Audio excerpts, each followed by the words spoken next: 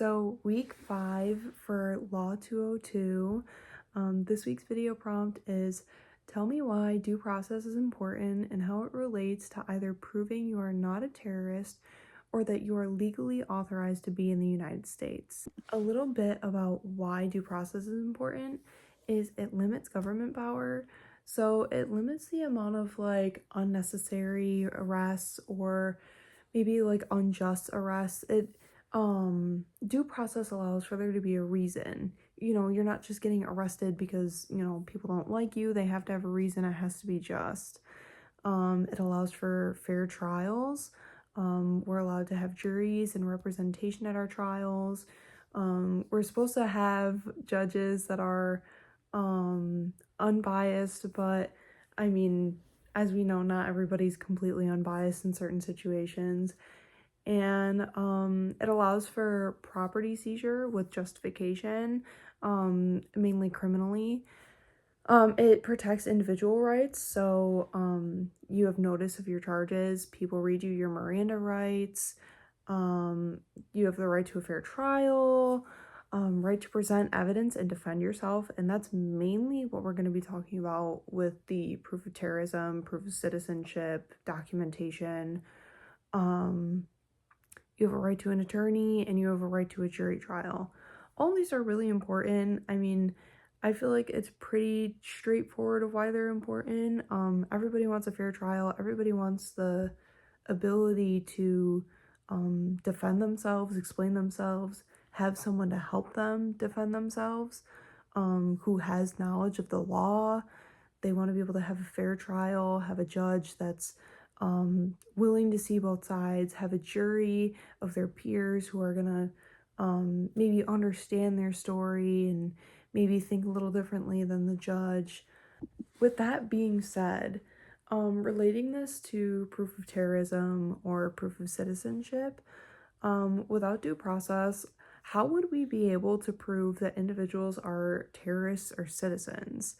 If we're not able to allow them to prove evidence, then we don't have evidence that they're terrorists or citizens. It seems absurd that such crazy accusations could just go without any evidence, because they have very severe and very intense consequences. How would people be able to defend themselves? How would they be able to present this evidence if they even could, in order to defend themselves? That wouldn't be fair. It wouldn't be fair if people didn't have the right to the attorney. It wouldn't be fair if people didn't have a jury of their peers.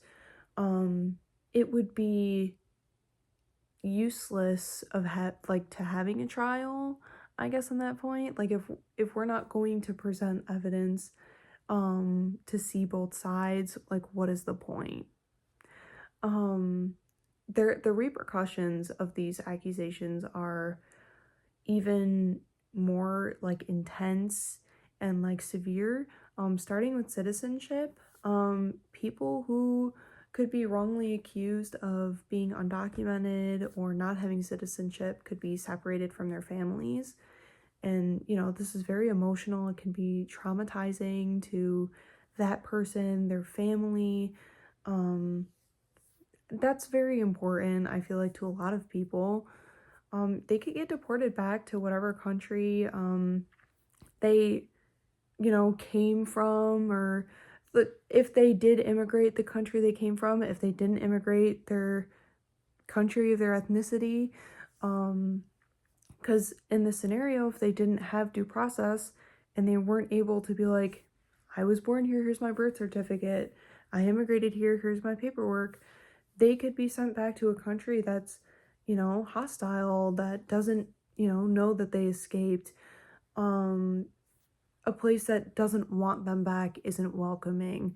I know Guatemala back, it was a few decades ago, I read a book about a family that escaped Guatemala during a time of contention, and they knew that if the government found out they escaped, they would go to jail, possibly, be killed.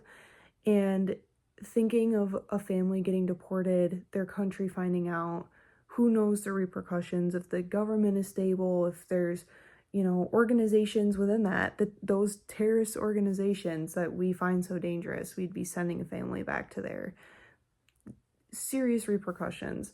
Or they could just be held in a detention center when maybe they aren't undocumented or they are a citizen, and they're spending weeks, months of their life in this detention center where they don't belong because they are documented, they are a citizen, or it's still traumatizing. It might not be as severe, I mean, who knows, but it's still a pretty serious repercussion. And the same thing with terrorism. I mean, innocent people could be arrested, they could be intensely interrogated by the government. Terrorism is a serious offense. It's a serious allegation, a serious charge. Being charged of that without any evidence also seems like it's so odd to me personally. Again, because it's such an intense allegation, you would think that you would need evidence. That person themselves would need to be like, I am not a terrorist because here's my defense. This is what my lawyer is saying. Without due process, how would they be able to do that? How would they be able to defend themselves?